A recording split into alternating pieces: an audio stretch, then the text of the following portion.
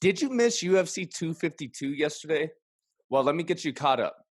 John Dodson couldn't get anything going. I don't really know what's next for him. He's a solid bantamweight in the UFC, but he hasn't been performing like he was after he won the Ultimate Fighter. Herbert Burns came in overweight and still got dominated.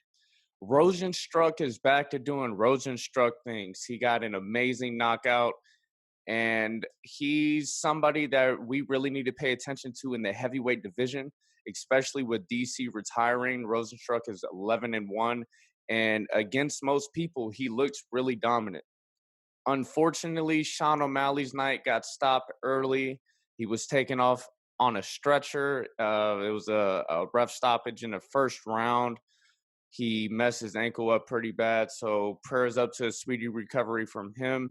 I don't really know what's next with Sean O'Malley. He had the fans behind him. He had the organization, the UFC organization behind him. He had Dana White behind him, and unfortunately, he couldn't step up to step up when he needed to step up.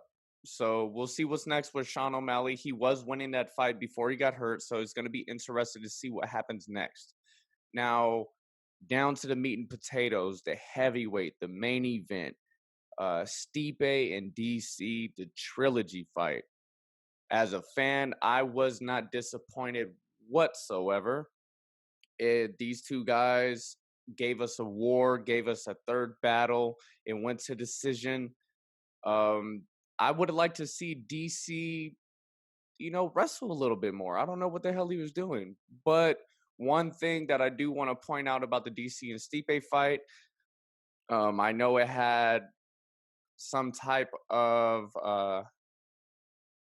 it influenced the fight a little bit, was that eye poke that Stipe got DC with. That was a pretty bad eye poke. I know DC is looking at having surgery on his eye now.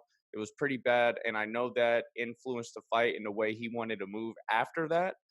But either way, a brilliant fight by Stipe. He did one hell of a job, and hats off to him.